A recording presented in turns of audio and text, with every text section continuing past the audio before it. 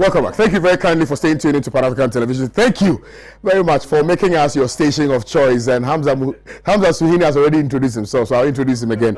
Hamza Suhini, good morning to you. How are you? Very well. And Mujib Rahman is also here. Mujib, good morning. Good morning, bro. And Mr. Justice Heneku, good morning to you, sir. Right, so today promises to be a very, very wonderful show, and we're definitely going to try as much as possible to deal with all these issues that we've tabled for our conversation this morning. Let me quickly take you through them, and then we will come into the studios and have a conversation. But to all those of you out there watching us, you are part of the show, so it is instructive that you share with us what your thoughts are via our WhatsApp and text number, which is 0260846539, 0260846539. We're also streaming live on Facebook, so to all our Facebook viewers, you can also leave your comments under the Facebook live feed. I will try to read them out on the show, so please just tell a friend to tell a friend that the greatest morning show is airborne and we're about to start. Now, we're going to be touching on this story. All information in 2020 elections intact, says the Electoral Commission. The Chiman South results can only be settled in court, says the EC. Now, on the front page of the Inside newspaper, it says MPP balls over defeat in parliamentary polls. Ghanaian Times, prosecute perpetrators, Occupy Ghana, says that Jane Mensah orders illegal deletion of data from all BVDs and go to court if you disagree with results, says Kwekubako. But let me remind viewers that in respect of the matter that has got to do with the allegation of some deletion of data from all the BVDs, the EC has come out to debunk that assertion, and that has been captured on the front page of the Daily Graphic newspaper. But we will still try and interrogate this matter and find out whether there's some modicum of truth in it. It appears that the NDC is strong in its mind and resolute in its mind that all the data on the BVDs have been deleted. I've listened to some voice notes that are going around that it appears that they were instructed by the Electoral Commission to delete all the data from the BVDs. We will try and find out whether there's some iota of truth in this. And so these are the topics that we've tabled for our conversation this morning. Be kind with your messages. Make sure that your messages are devoid of insult and personal attacks. Make sure that you speak to the issues and make sure that your message really finds expression and logic. Don't just send any message. Don't insult Mahama. Don't insult the Kufuado. Don't insult anybody. Just bring your issues out, speak to the facts, and I'll try and read the messages here for you. Now, let's zoom in straight into action, shall we, and touch on this very important issue. And it's got to do with the elections. But I think I need to take your initial reaction on the election before we deal with the substantive issues. So in just a matter of a minute, Suhini, let me start with you, Hamza. Your general reaction in respect of the elections and the fact that you guys have lost. That is, if we agree that we've lost, and I still hold strong doubts as far as the outcome of this election is concerned. And before I proceed, I think it is proper for me to say good morning to to a chunk of our viewers out there who believed in the message of change, and to a very large extent the good people of this country for demonstrating commitment to the NDC's ideals and demonstrating commitment as well to the desire to rescue this nation from this Nanado-led administration. And I am pretty much satisfied that the people of this country did just that. But unfortunately, the ills of state and institutional, if you like, control over our ability to more or less actually let the voices of the people count seem to be our number one challenge now. But KOD, you see, the truth is that going into this election on the same platform, I have had cause on several occasions to complain about the conduct of state institutions and especially the Electoral Commission. And I equally raise concerns about the security services of this country and the partisan polarization of these security services. And I think that this election brought everything out for us to see. Even those who doubted the concerns some of us had have come to the conclusion that indeed there were certain things that clearly were avoidable. Today, we've never recorded the presence of Ghana Army in our electoral processes like we did under this election. We've never had a situation where the Electoral Commission of this country, in less than 24 hours, have had cause to change figures and percentages more than 5 times, like we experienced under this Electoral Commission.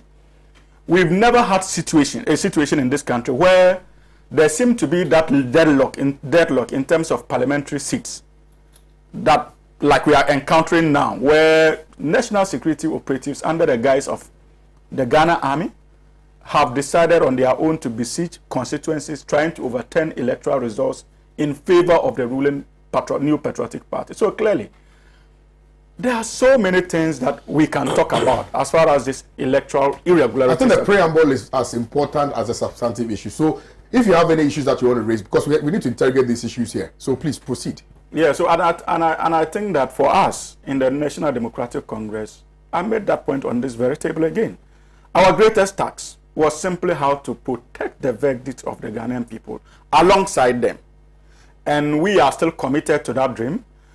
We will ensure that the true verdict of this election is made manifest for everybody to appreciate and to be convinced that indeed their votes didn't go waste. And what is the true verdict? It is clearly a win for the John Dramani Mahama-led National Democratic Congress in terms of presidential. It's clearly evident. How is it clear? Oh, my brother, you and I know that the kind of casualties we've had, even in terms of parliamentary, we've never recorded before. Again, it is strange that the president who claims that he's won the general election even still struggles or lost in terms of the capital city, Greater Accra. And you and I know that even in terms of research analysis, Greater Accra provides the national basket for onward projections in terms of analysis. So clearly, we are convinced that had it not because of the influences of the Electoral Commission, the security services of this country, we are pretty much convinced that this election was won fairly by His Excellency John Dramani Mahama. And Kwame, you know that even before this election, all discerning minds knew that there was something amiss in terms of an attempt by this government to rig the election. It started from when His Excellency Nana-Addo more or less spearheaded the removal of Charlotte Aseh and her 2 deputies and substituted or replaced them with what was the name of the current electoral commissioner? Well, that's her and the other 2 deputies. So clearly, the agenda to rig this election started way back, and that was why those of us who were in the National Democratic Congress forefront in terms of calling for the president to stop that illegality. We indicated that this was a threat to stability. But the civil society, a chunk of them, didn't take us serious. Today, we are seeing manifestations of that level of infiltration and its product of incompetence and the dire consequences it has on electoral stability as far as the Republic of Ghana is concerned. Again, we raise questions about the infiltration into the security services by party hoodlums. They took us for granted. Never have we faced a situation where we've lost more than 5 lives in an election year, in an election period, or about 5 lives in an election period, largely because of what was the name? The activities of the security forces. That is the Ghana Armed Forces. Casualties fall. So, you see, my brother, there are so many things that simply doesn't add up. And even the European Union, in this report, indicated that never have they experienced a situation where coalition of results has been shrouded in such level of acrimony and secrecy to the extent that you simply could not make references to any iota of, if you like, fairness as far as the coalition processes were concerned. And so you simply do not need an angel to descend from heavens and tell you that His Excellency Mr. Akufo-Addo in fact kept in place a machinery to deny the people of this country the ability to express their mandate in terms of choice through the ballot box. And we can assure you that the NDC will not take this line down. We will fight it politically, we will fight it religiously, we will fight it legally until we are able to let the whole people, the country, the good people of this country appreciate that indeed their verdict was that His Excellency Nana-Addo Dankwa Akufo-Addo was no more needed. I'm sure you would agree with me that which supports a fact is evidence. Then the MPP is saying that you do not have any evidence to back the claims that you're making. Indeed, if you know that you've won, you need to bring out the collation that you did internally to arrive at the conclusion that you've arrived at now, that you guys won the election. You see, so you're just making, you're just conjecturing. No substance. Kwame, it is not true. You see, sometimes when you are handling issues, you must do so with strategy, especially when you are dealing with Nana Addo Dankwa Akufo-Addo and his NPP. You see, as we speak now, they have absolute control over the biometric devices. As we speak now, they have absolute control over the printouts. And when I say they do, I am simply referring to Nana Addo Dankwa Akufo-Addo's NPP and that of the Electoral Commission. What you risk doing is simply to bring out your figures, your audited figures, and when you do so, you provide them the ammunition to now go on a more or less instigated move to iron out, or more or less to engineer or audit what they have. And if they do that and you even proceed to court, there's the likelihood for you to have a challenge. So where we are now, there's the need for the National Democratic Congress to be very strategic in terms of how it releases our figures. Okay. And that is why some of us are of the view that if we have the patience, and I can tell you with all sincerity that we do, the only way to demonstrate that level of rigging is the law courts. And when we are going to do so, we would ensure that the media partakes in that process so that the Electoral Commission and the New Patriotic Party would be denied the opportunity and time to engineer and audit figures to reflect what they want to do. As I speak with you, even the Electoral Commission will not be in a position to tell you in terms of polling station per polling station the actual votes that came in.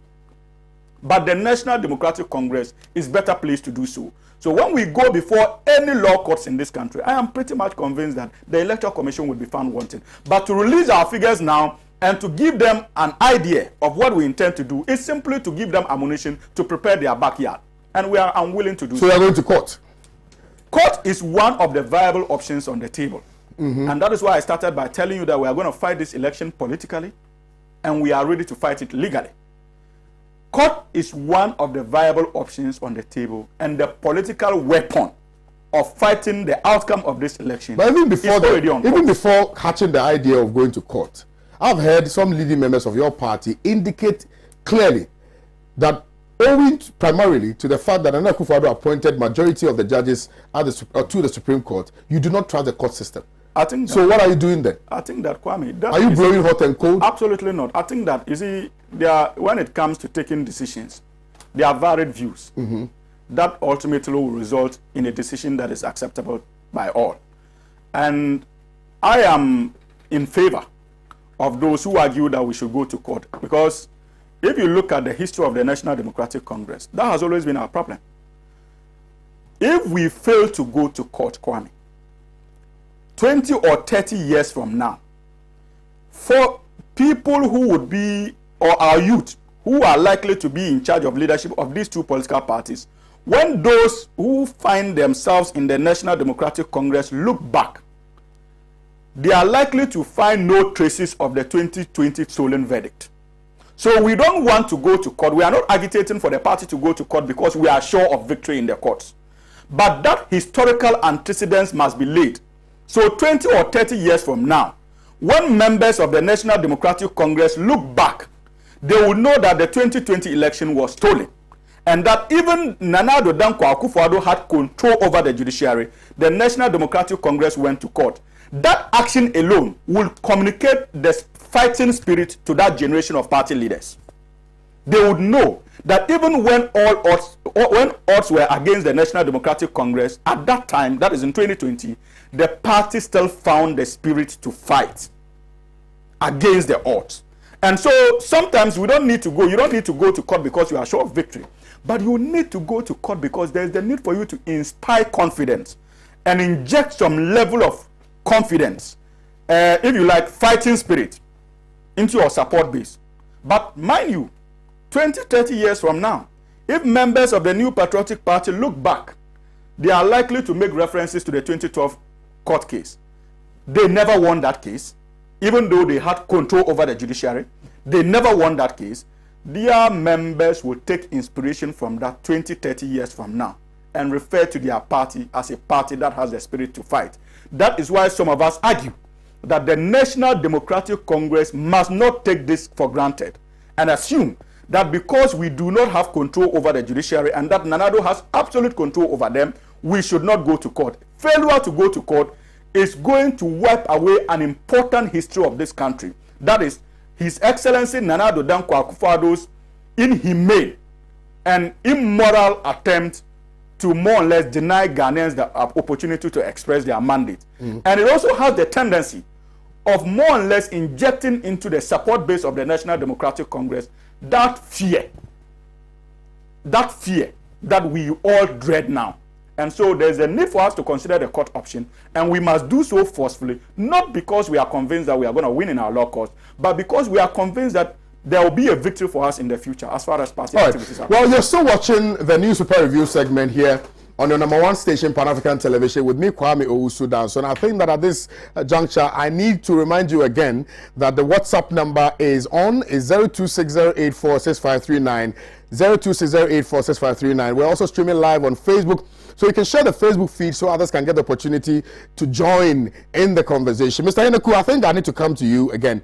These are just prelims. You know, your initial reaction, all the allegations raised, all the responses emanating from the quarters of the Electoral Commission, the posture or the posturing of the Electoral Commission, the posturing of the MPP, civil society organization, voices of conscience, voices of wisdom, and all other, you know, actors and players in this our democratic experiment, how they've conducted themselves in this process.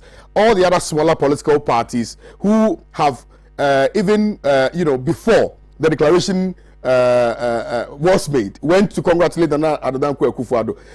The role that they could have played to ensure that the allegations raised by the NDC could have been addressed even before, you know, going to congratulate, the role that they should or ought to have played in this process. So let's look at this, and then we'll look at the other issues, please. Thank you very much. Good morning, Kwame.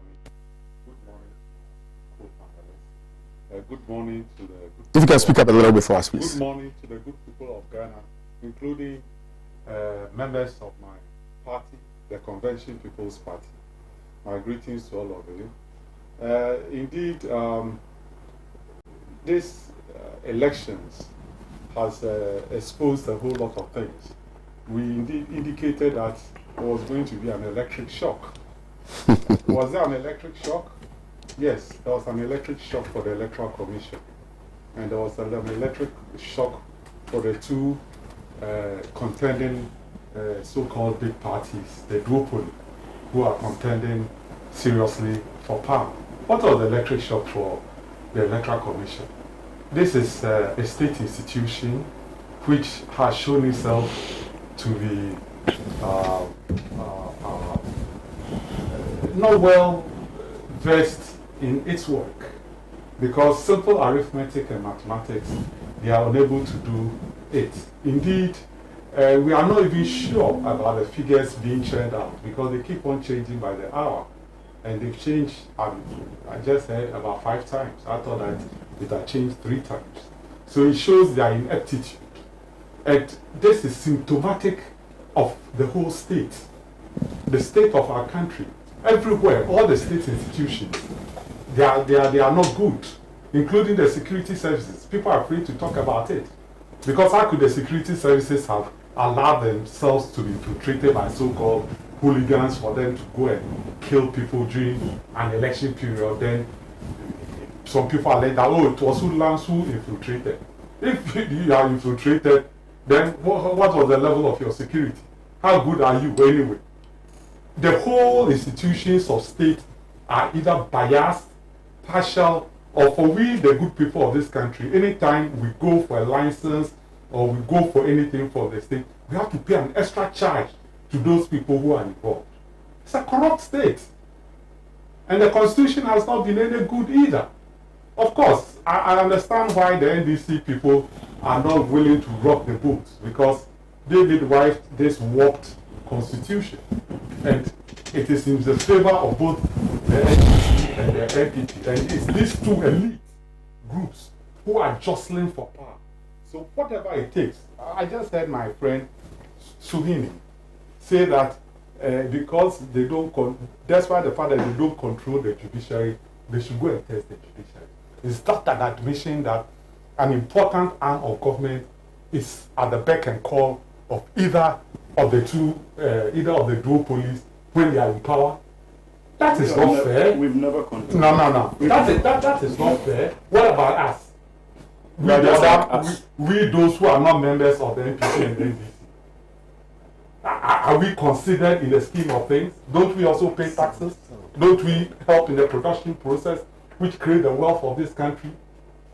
And aren't we citizens of this country? And so because we are not in power, we are unable to control the judiciary.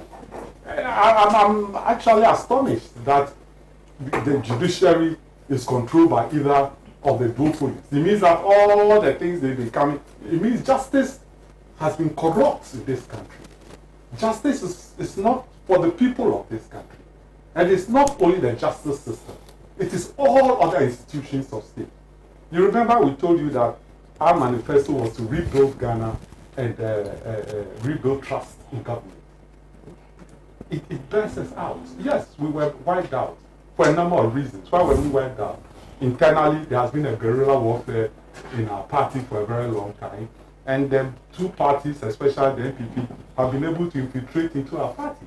So you have people who actively in our party work against the presidential candidate, stupidly forgetting that they were working against their own party and destroying the image of their party. That goes for the abysmal performance of the CPP. It is not only about Green Street who has fallen. It is the CPP. And those people in the CPP who did that, who are known, should bow their head, down their heads in shame. I'm not afraid to say it. Because I don't need any position in the CPP or anything. I'm a CPP at heart, and I'll always be at heart. I'm an ideologue, believes in the ideology of the CPP. But if you know these people that you're talking about, why didn't you get them out? Because I don't have control over the levels of the party. I would have purged them. I would have used a cultural revolution to throw all of them out. Because they are saboteurs. They are traitors. You don't go against your president. We have seen other parties. They come, they close up. Even who said that everybody liked Nanado? Or who said everybody liked John Mahama? But they closed up because they have common sense. Do we? Absolutely not. And I want my words to be quoted to them. You understand? And that brought into question this shameful and abysmal performance. They even refuse to, some of our communicators even refuse to read the manifesto or talk about it or showcase it. You understand? All of them have mercenary motives. And that is the problem the CPP is grappling with. But the CPP as an idea, as a thought, as an alternative model of development will still live on. In whatever shape and form, I don't know. But if we are talking about the electoral system, we don't have confidence in the electoral system. We don't have confidence in the electoral system not because NDC felt cheated or MPP didn't feel cheated. It's because the Electoral Commission itself could not perform. It underperformed. Simple mathematics. As if they did not go and do common entrance arithmetic, they didn't do GCE mathematics or SHS mathematics. And you have people with doctorate titles strewn all over the Electoral Commission. Is it real or was it deliberate? If it was real, then I'm sorry for this country. And lest we forget, these things happen elsewhere. Before you realize, the duopoly will be there, and another force, a whirlwind, will blow from where nobody anticipates. It will sweep all of us away. These are my preliminary comments. Mujib, Williams. Kwame. Speak up for me a bit. Yeah. Good morning. Morning. Yeah. I am surprised that my friends in the NDC, as at now, especially the leader and flag bearer of the National Democratic Congress, still have doubts about the outcome of the elections. Kwame, but let me generalize it. I'm surprised in the sense that they think, or they were of the strong conviction that they were indeed going to win the 2020 elections. But if we look at the performance of the Nana Addo Dankwa Akufo-Addo administration, it is clear that it was not going to be easy, but the New Patriotic Party was going to win the 2020 election. So some of us indeed are not surprised. Kwame, in this country, majority of people don't believe in polls or research results. But you've seen other institutions came out with their findings that the New Patriotic Party, led by the President of the Republic of Ghana, Nana Addo Dankwa Akufo-Addo, was going to emerge victorious in the 2020 polls, even though there will be a drop in his 2016 election margin. So I am indeed surprised, because it is not for nothing. The Ghanaians are very discerning, and the people know and are aware of the achievement and the performance of the New Patriotic Party. Kwame, there has been significant strides and significant improvement in the living conditions of the people of Ghana. So I am only surprised, and I thinking that the NDC should even be tapping themselves at the back, because looking at what happened and the results and the performance of their leader, sincerely, in my opinion, John Dramani Mahama has done very well in the last elections, in the 27th December 2020 elections. But to win the election, that is where I had a problem with. Then let's come to their stand now, that they felt that maybe something untoward has happened. The Electoral Commission maybe has done something to favor the president-elect.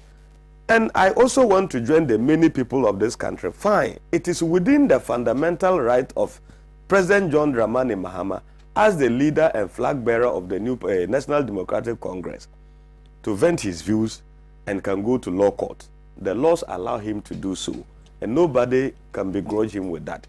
By doing so, you also need to feed us, the public, especially your members, where you think that the Electoral Commission has faulted or has cheated the National Democratic Congress. But Kwame, so far, how many days into after the election, we have not been fed. I have not cited any information or as regards to their material evidence. I think it's quite clear. It's quite. They gave instances, and I think if you followed the NDC and their disagreement, you recall that they organized a series of press conferences. And in those series of press conferences, they brought out some inconsistencies in the numbers, particularly in the Ashanti region, where they intimated that they had some 15,000 people in just one polling station voting only for presidential and not parliamentary.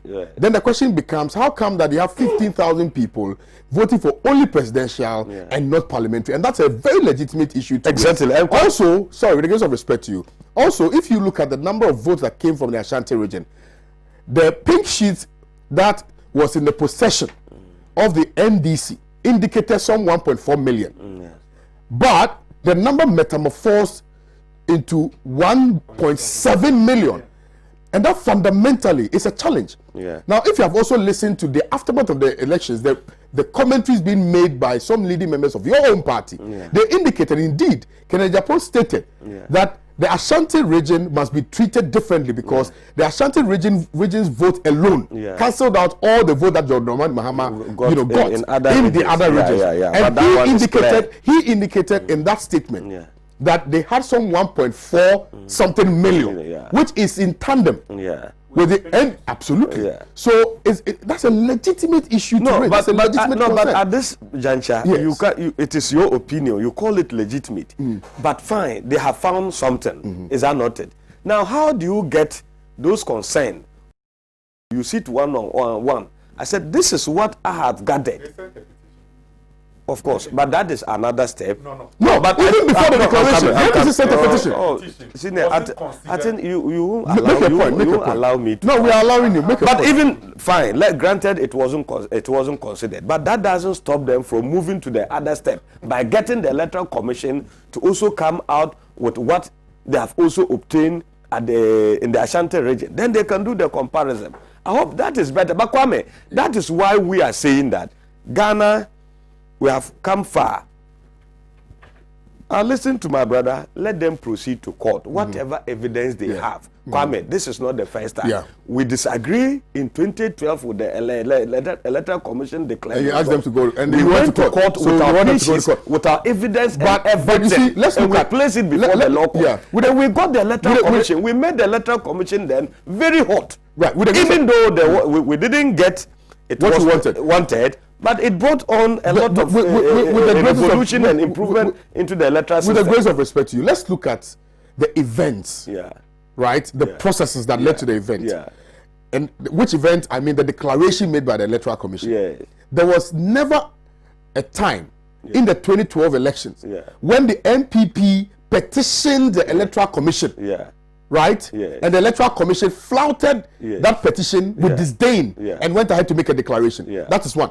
Now, this particular election is different because when the NDC realized that in some of the polling stations there were some inconsistencies and some irregularities, they decided, to petition in the spirit of fairness, petition the Electoral Commission to halt that declaration for an investigation, to be done in respect of those polling stations before a declaration was made. The Electoral Commission failed to heed to the request made by the NDC and went ahead to make a declaration. Yes. And that raises a lot of questions.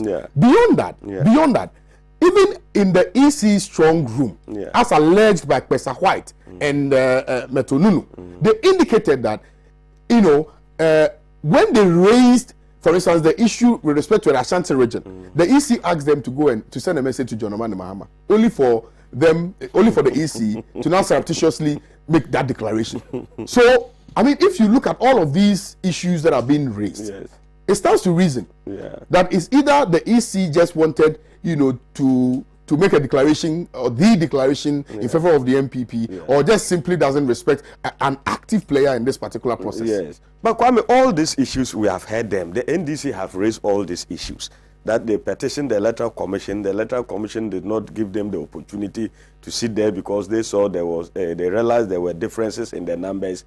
Later they sent, and these are all statements that are coming from individuals or groups. For instance, the Electoral Commission sent them to give a message to the leader of the National Democratic. On their way, they heard that the results were being declared. But Kwame, in spite of all these issues surrounding us, I don't think the NDC, they are blocked or they can still get away out of all this. Kwame, my worry now is, again, why my friends are just being judgmental even before getting there. Then, the justices of the Superior Court have been appointed by the president. Then if we go to the court, we might at the end of the day not getting justice. That is bad. Kwame, we have a history in this country that guide us. When we were going to the Supreme Court in 2012, before I dealt into that, let me ask you, the Supreme Court verdict was not unanimous. Kwame, it was not unanimous. It was, there were dissenting views. I think it was 6-3 or so. Or is it something like that? But others felt maybe their own opinion. But those justices were not appointed by the candidate of the New Patriotic Party then. So I am also worried that now we are downplaying our independence of the highest court of the land. If indeed you have a genuine case, if indeed the legal team of the National Democratic Congress having assessed the situation and audit the pin sheet, and come to the firm conviction conclusion that we have a case, what prevents them from going to court and make their case? Especially when this thing will be broadcast live, the whole world is watching. Come on, you can't tell us this way. Well, I hope that, Kwame, that is number one. That is number one. Unless, of course, I'll come to you, please. Let me finish. Unless, of course, they themselves maybe are worrying our ears, but genuinely within them, they don't have that material evidence that they can take to the law court and make their case. But Kwame, let us leave it like that. And now the allegations of the Electoral Commission have deleted or something like that. What you've quoted. No, we're going to come to that. We are coming to that. So, Kwame, but in conclusion, I am again not surprised because that has been the position of the NDC right from the beginning. Since Jemesa was appointed, the NDC vowed never to cooperate with her. So at every stage, you see the NDC as a stakeholder. I think we need to be fair to the NDC. But I'm sure Hamza would do that. But let's be fair. No, you're making an allegation. I think we need to tell them that. It's not an allegation. Before you conclude. In compilation of the new voter register, the NDC vehemently opposed the compilation of the new register. But without justification? Some of the issues they raised, at the end of the day, the Electoral Commission proved them wrong.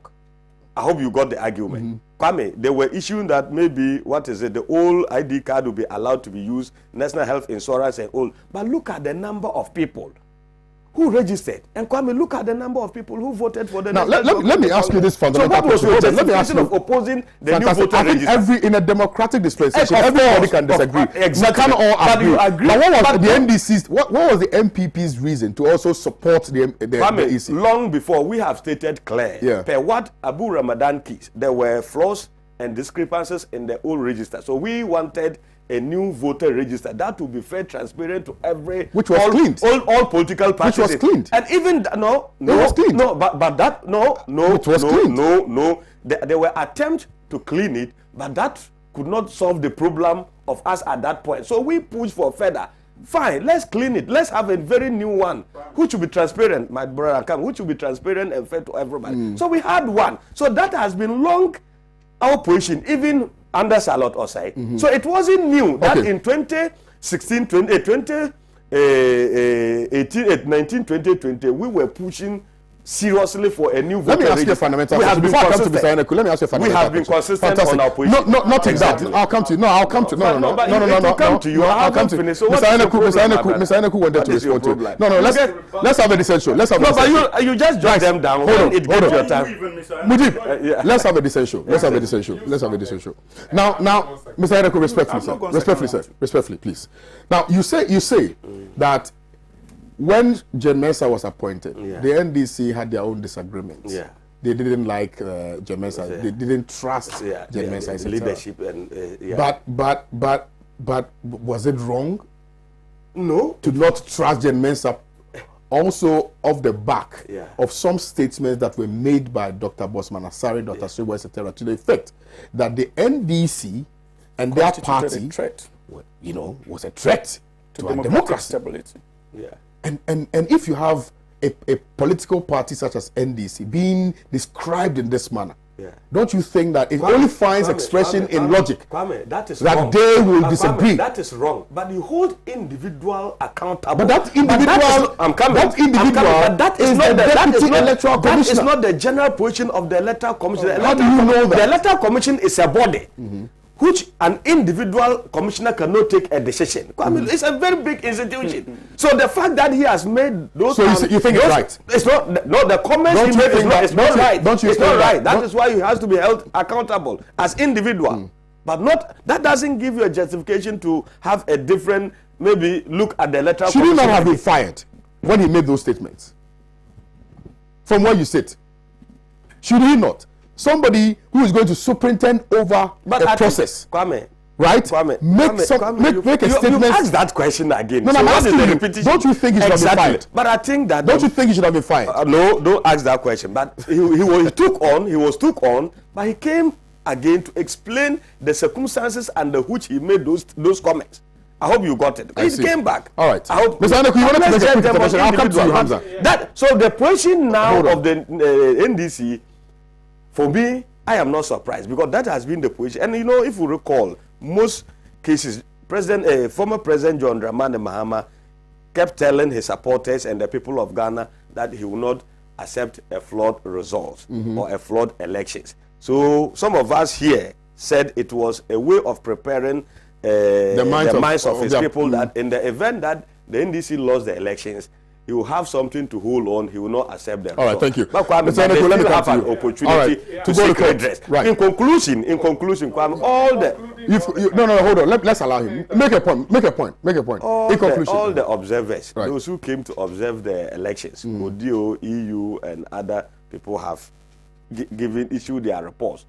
And the reports, even though there were issues, especially on the report of the EU, there were some issues that they came out, if maybe going into future we could position them well. But generally, they said the election was peaceful and there is fair, and the outcome of the election is not in dispute. All right, so thank you very much. Mr. Eneku, let's come to you. The elections was peaceful when 5 people died. Does it make sense to say that by Kodio or whoever it is? How can you say that? if it was Arimiyao, Ezekiel Arimiyao, his brother who was shot in Kitako, will he say it was peaceful? That's one. Number two, they talk about the judiciary like it's some sacrosanct something. Wasn't it the same judiciary which was wrought with corruption charges by they themselves? Nobody's saying they are sacrosanct. Oh no, let's have a decent show, please. Which was exposed. This same Supreme Court said that I could not use my birth certificate to register. But my birth certificate, which I used to make a passport, I could rather use my passport. Isn't that a bundle of contradictions by so-called justices? I can't use my birth certificate, which was issued to me, fortunately, because I was born in a hospital by my mom so many years ago. I can use it to prove that I'm a citizen of Ghana and register. But rather, the birth certificate, which legally made me be able to acquire a passport, I should rather use a passport. What about those who don't need to travel, so they don't need to have a passport? They have to hustle to go to a place for two political parties to bring surrogates to prove that they are citizens or they are not citizens. Then the third one is about the NDC's petition. Are petitions legal in this country? Does the law allow for petitions? Absolutely, yes. And if petitions are made, are they to be heard? Yes. Or they have to be brushed aside? You see, arbitrariness can't be part of our government. That's why when somebody seeks a redress, whether in the law courts or through administrative justice, ask if you have exhausted the other side must be heard. Yes, of course. Yeah. Those are fundamental principles of law. Yes, all the Ottoman pattern. Yes. You get a petition and you on your own arbitrarily decide that I'll throw it away and then proceed. Who told you that the state belongs to you? The state belongs to all of us. We all have a stake in it. Because we all produce in order to create a wealth which is the basis for the survival of the state. So you just don't get up and decide without listening, without looking at the other side. And even what is more pathetic is the fact that simply mathematics, you come, you give us an information, within the next hour, you give us a different information, you give us a third different information, and when people look at the details, because you are so brazen and arrogant, you think people will not look in the details. When they look in the details, even the mathematics is wrong. And you say that we should accept you. We should accept your verdict. All right. All right. So, Kwame, is my uncle coming thank from... you. Kwame, is my uncle coming from... Hold on. 026084. I told you are coming. Thank you. I told you are coming from... 026084. Hold on. Respectfully. 0260846539 is the WhatsApp number. We're also streaming live on our Facebook page, Pan-African Television. You can also follow me on Facebook, Kwame Owusu Danso. Follow me on Twitter at Kwame Owusu Danso and on Instagram at Kwame Owusu Danso. You can send me any message at all there. I will try and read the messages out. Hamza Suhini, you wanted to make a quick intervention. Yes, so please proceed with that. Kwame, first of all, I think that it is important for Mr. Hineku to appreciate that when I made reference to control over the judiciary, it had nothing or whatsoever had to do with the NDC as a political party, either in opposition or in government. The point was simply made in reference to what you agree with me is the highly held notion since 1992 that the New Patriotic Party, for some strange reason, seemed to have control over the judiciary of this country. And I was simply saying that it doesn't matter whether you have control or not over the judiciary.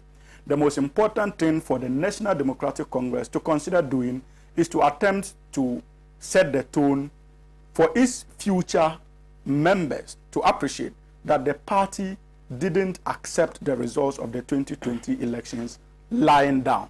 And that when they look back, they would see the fighting spirit of the National Democratic Congress, even when almost everybody, not National Democratic Congress members, were convinced that the New Patriotic Party, especially under Nana Addo Dankwa Akufo-Addo, had absolute control over the judiciary of this country. That is not an endorsement of political parties having absolute control over judiciary.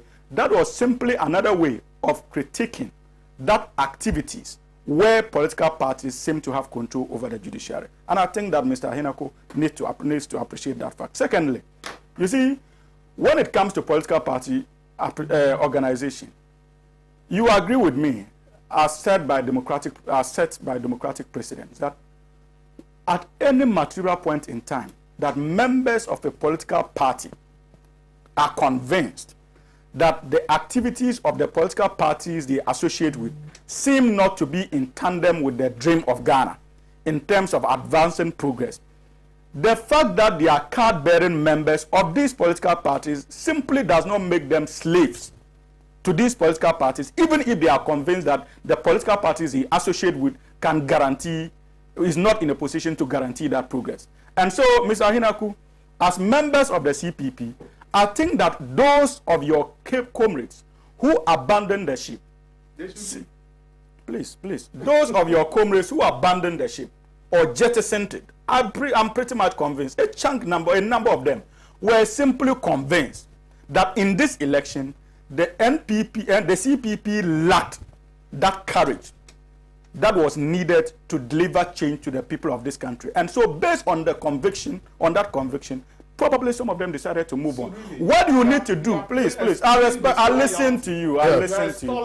I'll listen to you. Let him make his point. Please, I'll listen to you. And so it's about conscience, and it's about courage, and it's about progress.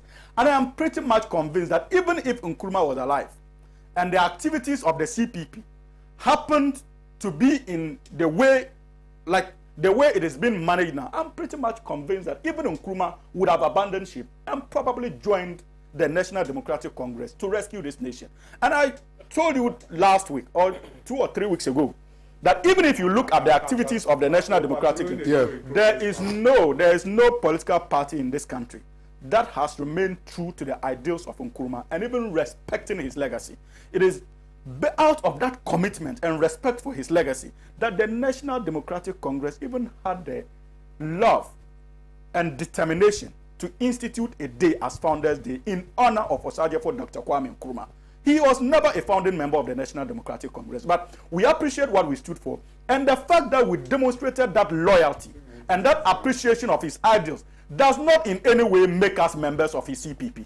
So, and it does not demonstrate disloyalty to the core beliefs of the National Democratic Congress. And so, people must have that courage to proceed on the path of progress if they are convinced. And I can assure you, deep down your heart, I am convinced that you as an individual would have been disappointed first in the conduct of your flag bearer going into this election, who reduced the once revered CPP to a laughingstock under so many questionable adverts. And so if you are concerned, if you are angry, if you are concerned about the progress of the CPP, you must actually be concerned about the conduct of your flag bearer. No conduct in this election questioned the relevance of the CPP in modern democratic governance than the conduct of the flag bearer of the CPP in this election. And so if you are a true believer of that ideology, you must first of all condemn the conduct of your flag bearer and ensure that in the near future you get serious people who appreciate the ideals of the CPP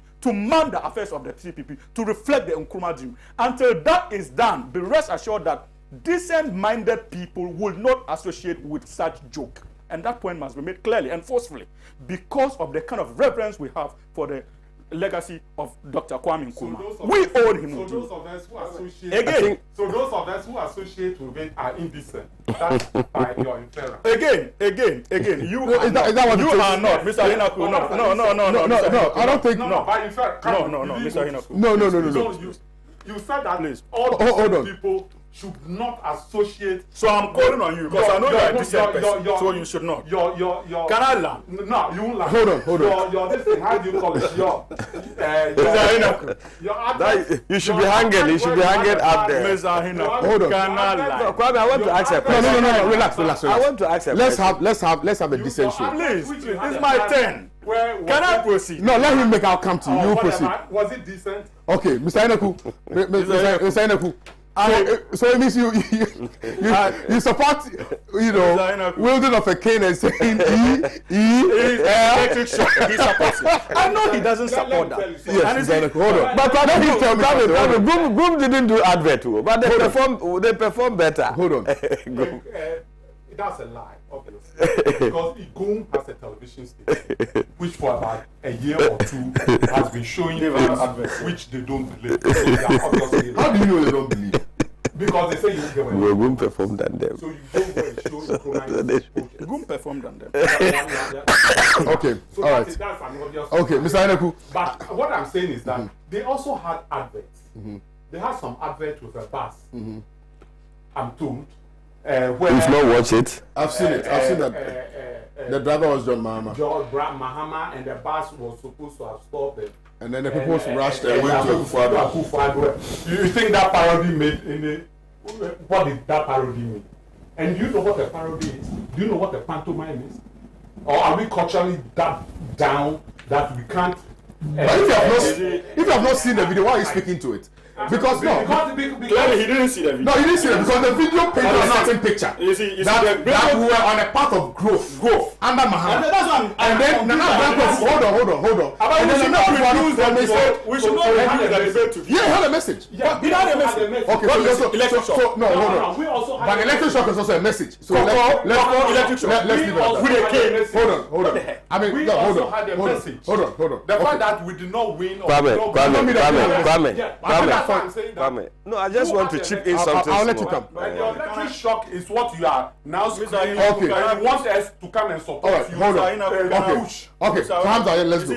The point must be You get up and you insult us and you want us to come. Mr. Hinaku, the point must be made. The point must be made. I don't think Roma would have left for NDC. When NDC the point must be made.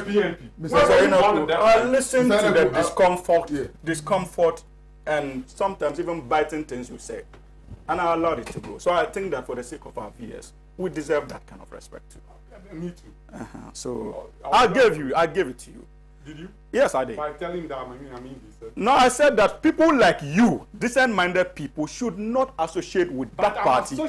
And if you intend to associate with it, you must call for reforms. That's what I told you. But I'm associated. Can I proceed? I will continue to associate with him. Can I proceed? No, you associate with the party or with the CPP is bigger than the flag bearer. Nobody is in doubt. Kwame. No, I don't think it's in doubt at all. Kwame. No, but we also must subject some of your activities to strict scrutiny. You see, Kwame. Exactly, and we're saying that that kind of politicking does not help in Namodi Day. Kwame. Okay, Kwame, what was the essence of the electric shock? What message were you conveying? What message were you conveying? And again, and you see, for me, I gave this advice before the election, and I called on the CPP to partner the National Democratic Congress.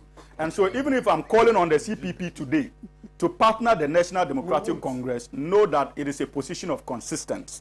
And it is a position I have taken over the years based on deeper reflections as to the future of this country and the relevance of the CPP. And that is why I'm pretty much convinced that there's the need for the CPP to look internally to get this party to work again and probably be a third force.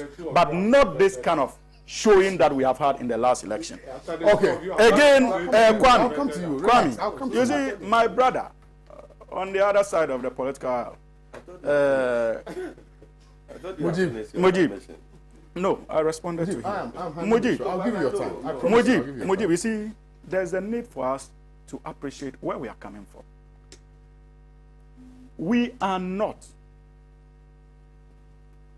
expressing doubt over the conduct of the Ghanaian judiciary just because we feel like doing so. Indeed, there's ample evidence for every person who loves this country to exercise that doubt anytime you get up from your room and you are walking to the law courts of this country. And you see, when we said that this was a rescue mission, we meant every word of it. This election has shown how the security services has been polarized. This election has shown, since Danado assumed office, how the only enduring institution that probably held our democracy together has been disbased, and that is the Electoral Commission. We knew all along, we knew all along that there was some kind of partisan coloration in the judicial services. We knew all along that even in terms of our religious coalitions, there were partisan polarization. We knew that even in terms of our cultural settings, chieftaincy as an institution, we had issues of partisan polarization. But some way, somehow, Ghanaians had some semblance of confidence in the Afarijan-led Electoral Commission in terms of its ability and demonstrated ability, for that matter, to be independent. But what did we see when Nana Addo Dankwa Akufo-Addo came into office? What we used several years to build since 1992 was washed down the drain by his unethical removal of 3 commissioners of the Electoral Commission and onward replacement with 3 known partisan sympathizers of the New Patriotic Party. And that was when the journey to electoral instability started. But most people don't appreciate it.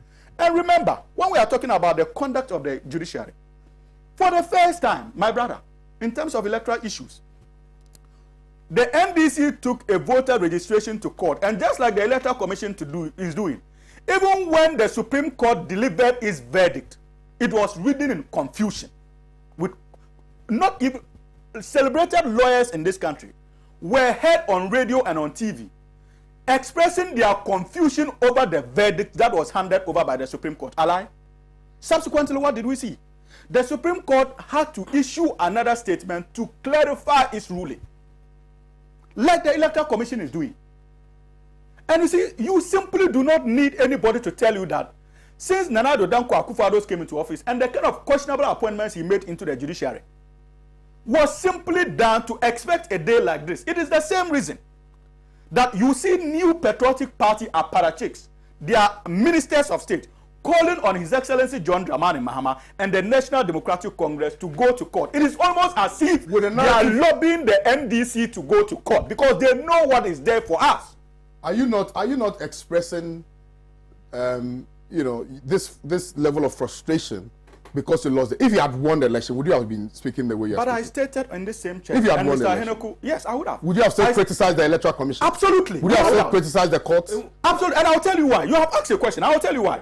In this very chair, remember I told you that there is the need for us to, when we said that we're going to rescue this country, it didn't simply mean, it was not reduced just to having elections and winning over the New Patriotic Party. It was to look into the institutions and ensure that we restore integrity. And remember that day, Mr. Ahinoko had issues in me and said that it was an attempt to influence or infiltrate as far as these institutions are concerned and make it partisan again. And I told him, no, there are some integrity benchmarks we would restore. So even if we had won the election, and we told you that we were ready to police our electoral figures to make it difficult for the Electoral Commission to rig.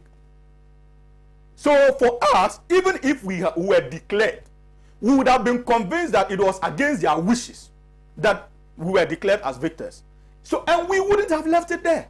Because every person in this country who loves this country knows that there's something amidst, as far as the Electoral Commission of this country is concerned, since Nana Addo assumed office, as far as the secretive services of this country is concerned, since Nana Addo assumed office, even our own public and civil services are under siege by apparatchiks of the Nana Addo-led government. Okay. And so, Kwame, finally, you see, we are at a stage where there is the need for the NDC members out there to keep the struggle on. And let me send this word of caution, probably educative in a way, to majority of us who are followers of Ghanaian political discourses. One thing this election has revealed that any political party worth its salt must consider is the kind of coalition built around the judiciary, the kind of coalition built around religious organizations in this country, and the media in particular. I am pretty much convinced that you were appalled by the conduct of the media in this election. But how do you blame them? The NPP has decided to play politics as it should be played. The question is, are the other political parties ready to do so? They have deliberately, since 1992, invested hugely in media organizations. They have deliberately, since 1992, invested hugely in our courts. They have invested in religious coalitions. Even if a pastor begins preaching today and has a following of 20 or 3, they find a way of bringing. What were you doing? These are the questions. I am not part of the leadership. That is why I'm telling you that this is supposed to be an educative piece, admonition in a way. There's the need for us to go back to a drawing table and know that when we talk of political coalitions, it doesn't start in a day. And the NDC, CPP, PMC must go back to the drawing board. That is why today, religious coalitions are quiet. That is why today, in the face of injustice, media houses are quiet. That is why today, in the face of injustice, the Supreme Court and judges are expecting us to come for them to use our cases as avenues to get their share from the ruling government. And so there's the need for the political parties to look at these organizations, find ways of destabilizing these organizations and restoring integrity and getting them to work according to the basic ethics that they are formed. All right, thank you. Thank you very, very much. Well, you can still send me your messages via Twitter at my handle, which is Kwame Owusu Danso. My Twitter handle is Kwame Owusu Danso. Just hashtag Good Morning Africa. I'll see it and I'll read it. Also on Facebook, you can send me a message on Facebook. My personal handle is Kwame Owusu Danso. And on Instagram, I'm also waiting for your messages on Instagram as well at Kwame Owusu Danso. Let me now come to you, Mujib. I mean, he's raised several. Kwame, I just want, for instance, right. You see, I am worried. You see, where we are now, the NDC were there some years ago, but I'm worried because they seem to have problem with everything or every institution in this country. Kwame, though we have our issues, then with the Electoral Commission boss, Madam Charlotte Osei, but when the people of Ghana passed their verdict, it was difficult for her to do otherwise, even if he has any intention at that time. But Kwame, when we took over the reins of this country, no. You see, sometimes we need to put things in perspective. Kwame, after the 2016 elections, if you recall, there were internal wrangling among the commissioners of the Electoral Commission. Kwame, I didn't know there were malfeasance. I didn't know there were corruption and corruption-related issues among the commissioners of the Electoral Commission then. I didn't know this man, there were no unity of purpose at the Electoral Commission. I didn't know until they themselves started fighting and bringing all these things outside, out to the domain, bringing it out to the public domain. So any president, any leader of this country that have the unity of the country and that care for the development of this country will instill discipline at the institutions like Electoral Commission. So Kwame, president need to put that sense of purpose. And the constitution is there, my brother. You know, everybody know the president cannot just get up and just fire the Electoral Commission like his minister or chief executive or municipal chief executive or DCE. No, there's a process. Kwame, any serious person, what was happening then at the Electoral Commission, were you comfortable? Nobody was comfortable. So consider the petition. You are asking me. No, proceed. No, you are asking me. No, you are asking me. You are asking me. You are asking me. So the president needed to act and act timeously to save that institution. Right. That is very significant towards our democratic progress. So he needed to do that. Today, you come out and say, oh, the Electoral Commissioner have been sacked, the commissioners have been sacked. Meanwhile, you are running away from the reasons that caused the removal of those commissioners. When you know they were not emanating from Jubilee House, when you know they were not emanating from NPP head office, when you know they were not emanating from you and I, but within they themselves. Okay. But Kwame, so sometimes we have to put this in. Okay. Thank you very much. Kwame, I want to ask a question. Right. Per the results that that is different. That is a different topic altogether. The election results that we have seen, I think that we need to commend the party called GUM. And Kwame, you see, it's not for nothing. Kwame, the people of Ghana is telling us something that we don't know. Which is? And Kwame, I consistently have said it here and repeat it same. that if we get a third force in this country as a political party, Kwame, they can cause a stir in Thank you our very elections. much. Thank you very much. This is a man who has not even gone anywhere. He hasn't even traveled. He hasn't even quite the campaign message of election. Let's proceed. But he has garnered this kind of vote percentage. He has done well. Can I make a comment? Quick So I wish if the CPP should call on him and they have a dialogue, it will be better. A very quick comment. Indeed, the convoluted results of the list, Goom is supposed to have done better.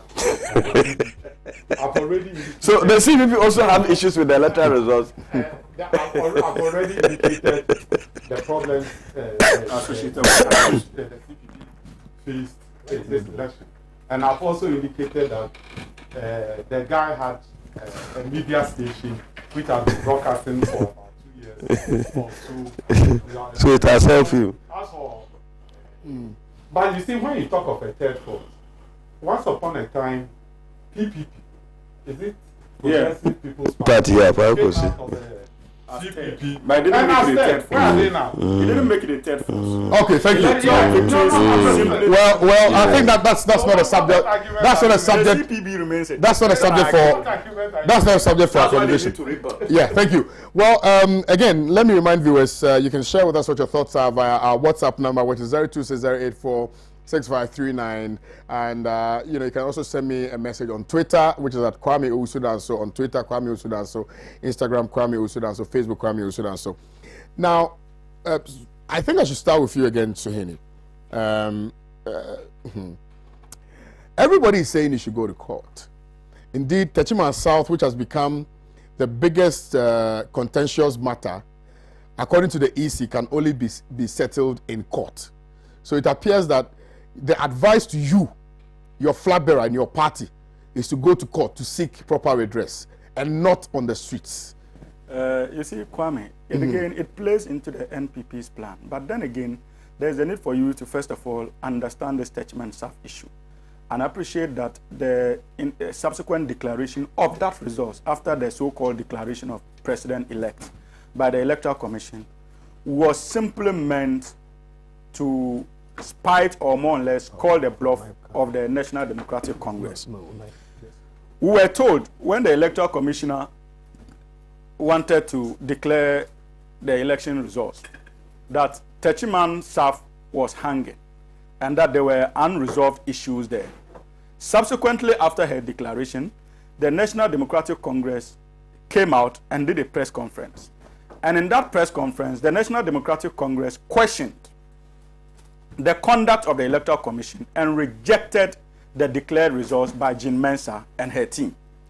But Kwame, you would agree that at the time that the ongoing rejection was being aired on TV, the Electoral Commission, some way, somehow, that had some few hours earlier indicated that Techiman South was still unresolved, went ahead to declare Techiman South results on their Facebook website, on their Facebook page.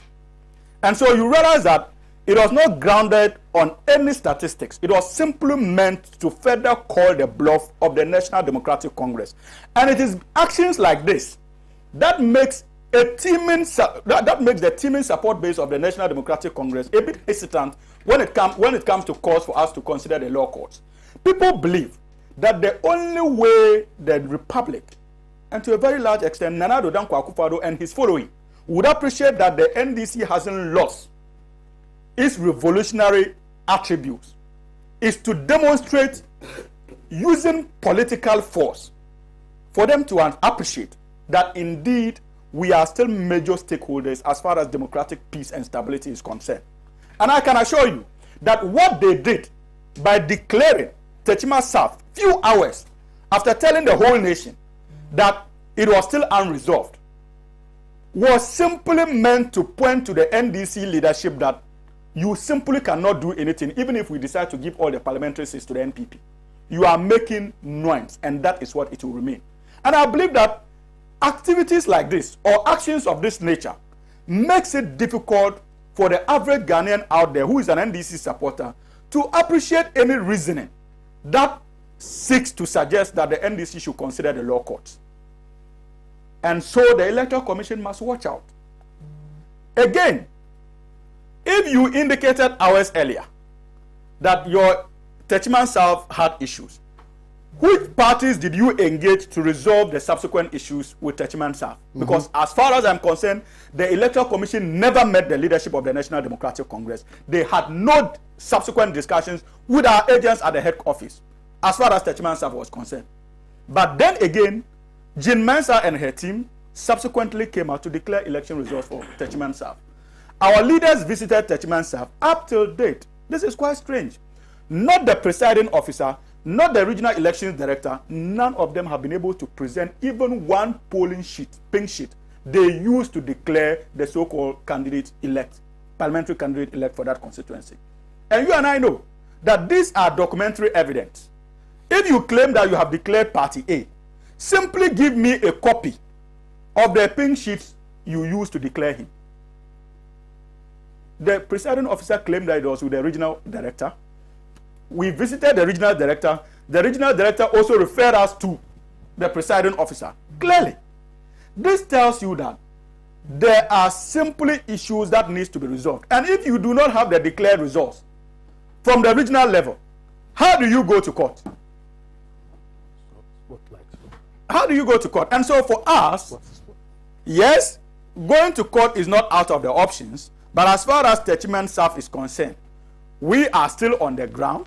We want to be finished with the declared pink sheets that they used to declare the parliamentary candidate elect, and based on which the National Democratic Congress can take any further actions as to whether to go to court or to probably contemplate other viable ways of ensuring that the verdict of the people is not stolen. And Kwame, again, another caution to the new patriotic party. You see, they must resist the temptation to take for granted our reverence for democratic stability. It takes two stakeholders to ensure, or it takes stakeholders to ensure that there is democratic peace and stability in a country. And the NDC since '92 has demonstrated that resilience and love for peace and stability, largely because this fourth Republican democracy we are enjoying is the NDC's baby. And we appreciate that the NPP is on daily basis questions our resolve and tries in ways that is likely to push us over the cliff to destroy what we gave birth to. So we are bestriding a threshold. On one side of the threshold, you are faced with the reality of trying to protect your own baby. And on the other side of the threshold, you are being pushed by the new patriotic party to flip it over and throw your baby away with the bathing water. And that is the reason why we appreciate this balance. That doesn't mean that we are cowards. Because trust me, if today the fourth Republican dispensation is thrown off, there's no way the National Democratic Congress in the future can refer to it as a success story. Any subsequent republic that evolves after we destroy this fourth Republican democracy probably would not be attributed to the National Democratic Congress. Yeah. And we want this legacy to endure. But they should not test our resolve. They should not test our resolve. Nanado and the Electoral Commissioner must resist that temptation to test our resolve further. We shall respond. And I can assure you that our response would be gauged in a way that will reflect the aspirations of the good people of this country. And remember that even military takeovers is widely pushed down to be the views or aspirations of the Ghanaian people or any state that finds itself in a military takeover. And so they must watch it. We have seen countries come down through protest. Ethiopia is still fresh in our minds. Libya is still out there. And they must not further push us to that point where we would hit the streets continuously to ensure that we demand for electoral accountability. So that's what your party intends to do, to address the issues. You intend to protest till what think happens? He will not answer that. We will answer that. Kwame, let him land. I'll come to you, Mujib, this time. Don't worry. I have told you on this same table that the National Democratic Congress is made up of different people from different ideologies. We have the radicals in our midst. We have revolutionaries in our midst. We have those from the Buzia Dankwa stock in our midst. They should not push us for us to unleash that radical attributes of the National Democratic Congress. And I dare them. They should not push us. And I mean every word I have said. These are strong words coming from you. Is that the party's position? Or this is your personal position? Hold on. Kwame, I am telling you. Because the advice is go to court. Kwame, you said you gave birth to the Fourth Republic. I am telling you that it's a balance. Which means that, and that's why I said they shouldn't push us. Which means that you signed on to accept everything that is legal. No. And everything that is enshrined in the 1992 Constitution. No. If you pride yourselves as the creators of the Fourth Republic, it means that you must accept everything therein. So why are you saying that you use other means apart from the Constitution to address your concerns? I told you that. Yes. The challenge the NDC has is that we birthed this dispensation. Yes. You understand? And so we labor to protect it. But then again, we appreciate the NPP pushing us to throw it off. And so it's a balancing act. By asking you to go to court? Listen, and I proceeded to say that they should not forget that even in military takeovers, people cite aspirations of the people as justifications for their actions. And so if they push us to a point where we feel that the only way to restore dignity and sanctity to the Ghanaian democratic process is to pour out on the streets like we saw in Libya, like we saw in Ethiopia, then they should know that the NDC will embrace it and do so in the interest of this country. But that notwithstanding, in my earlier submissions, I told you about the possibility of legal action and why I supported legal actions. So you see, they are concurrent. Using political machineries to resolve this daylight robbery and using the legal processes are avenues we are not looking down upon. But which of the avenues will take the lead in terms of driving the quest for justice will be determined by the conduct of the Electoral Commission and the NPP. And I tell you, and I'm daring them, it will not be in their interest for them to feed into our political machinery to take the lead. If that political machinery takes the lead, the NDC is better placed to drive it towards a successful end. And that I give them my word. That is where they are moving us to. He's giving you his word. Kwame, I'm not surprised. I'm not surprised because it's only echoing the desperation of the party called the National Democratic Congress.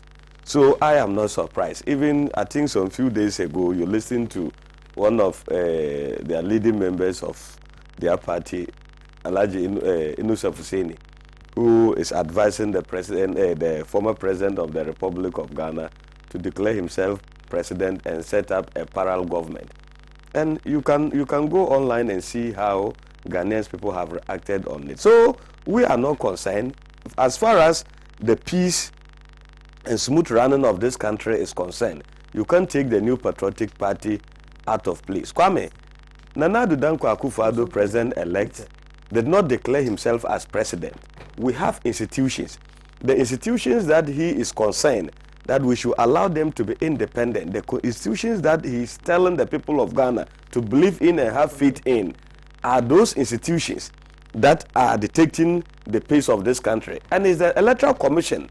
They, mandated by law to organize, supervise, and declare elections results, have declared in favor of the leader and flag bearer, now the president of the Republic of Ghana, Nana Addo Dankwa Akufo-Addo. You may like it or not, but elections, there must be a winner and there must be a loser.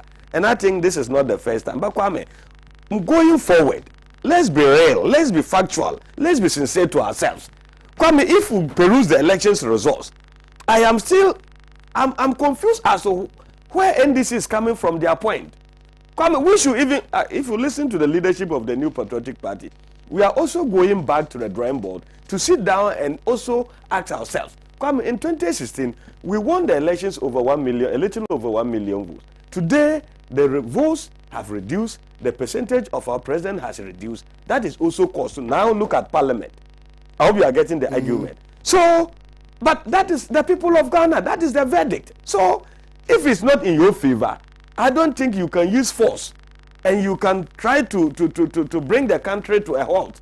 Look at what is happening across the country. Bolga, Tamale, Ashama. We don't know, maybe after living here, which region or which place will be the next. Is that the best way to go? The people that you are seeking the mandate to come and govern and improve upon their living conditions, pay your own manifesto. Now you are asking your supporters to go in the street and destroy the country.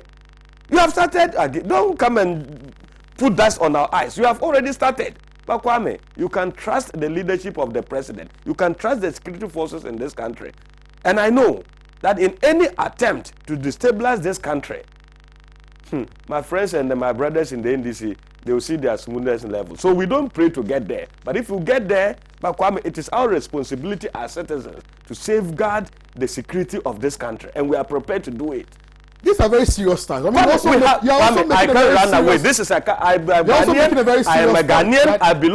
I'm a Ghana. I'm in Ghana. I want peace in this country. If they will see their smoothness level, what do you mean? Of course, the security will stamp. They will stamp their authority. But the security does not only belong to the MPP. It doesn't matter. But Kwame, they swear an oath to protect the country. So anybody who wants to destabilize this country and justify, they don't swear an oath to defend. They defend the Constitution of Ghana. But what is the so the Constitution is telling you when you lose election, you should go and cause trouble. Is that what tell me which article and clause in the Constitution is telling us that when you lose election, cause trouble? The Constitution mirrors the aspirations of the good people. But this is the verdict of the people of Ghana.